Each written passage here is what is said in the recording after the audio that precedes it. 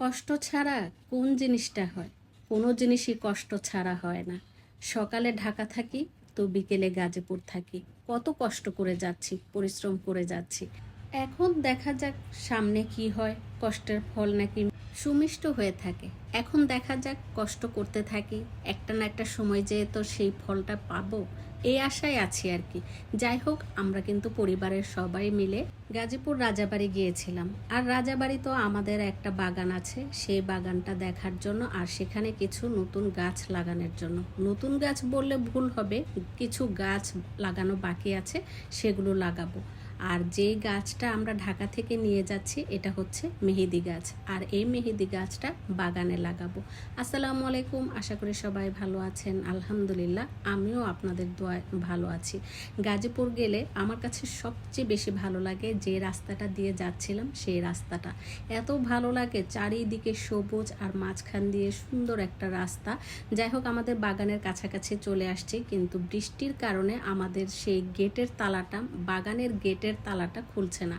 কাঠ দিয়ে ছোটোখাটো একটা গেট লাগানো হয়েছে, এই গেটের তালাটা কিছুতেই খোলা যাচ্ছিল না। অনেক কষ্টের পর কিন্তু সেই তালাটা খুলেছে, যদিও তালা একদম মরিচিকা পড়ে গেছে, এমন একটা অবস্থা। তো যাই হোক, বাগানের ভিতরে ঢুকলে আলাদা একটি শান্তি কাজ করে। এই শান্তিটা আসলে কিছুতেই পাওয়া যায় না। এই শান্তি কিন্তু টাকা পয়সা দিয়ে কিনতে পাওয়া যায় না। আলাদা একটা শান্তি, মনের শান্তি, মনের খোরাক।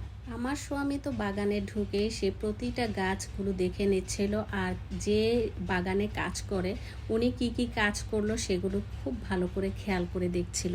এইদিকে আমি তো দেখছিলাম গতবার ঢাকা থেকে যে গাছগুলো নিয়ে গিয়েছিলাম, সেগুলো যে লাগিয়েছি সেগুলো কি ঠিকঠাক মতো হয়েছে কিনা।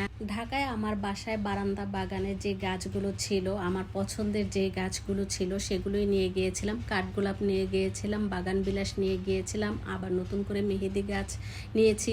কাঠগোলাপ গাছটা আমার খুবই পছন্দের ছিল, সেই গাছটা বড় হয়ে যাওয়াতে সেখানে রাখার মতো উপায় ছিল না, যে কারণে আমরা গাজীপুর নিয়ে গিয়েছিলাম।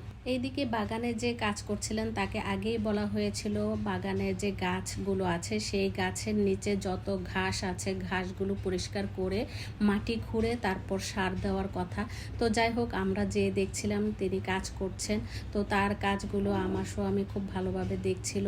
এইদিকে আমার স্বামী বিকেলে যে বলছে আমরা মাখা খাবে, তাই যে বাগানটা দেখাশোনা করেন যে আপা, তিনি আমাদেরকে খুব মজা করে একটা আমরা মাখা খাওয়ালো। এত পরিমাণ ঝাল দিয়েছিল, ঝাল হলো আমরা মাখাটা খেতে কিন্তু বেশ ভালো লেগেছিল। তারপর তো আমি ঢাকা থেকে যে মেহেদি গাছটা নিয়ে গেলাম সেটা আমি নিজেই লাগালাম। তারপর তো ঢাকা ফেরার পালা। যাই হোক, এই ছিল আমার ছোট্ট একটি ব্লগ। নেক্সট ব্লগ দেখার আমন্ত্রণ জানিয়ে আজকের মতো বিদায় নিচ্ছি।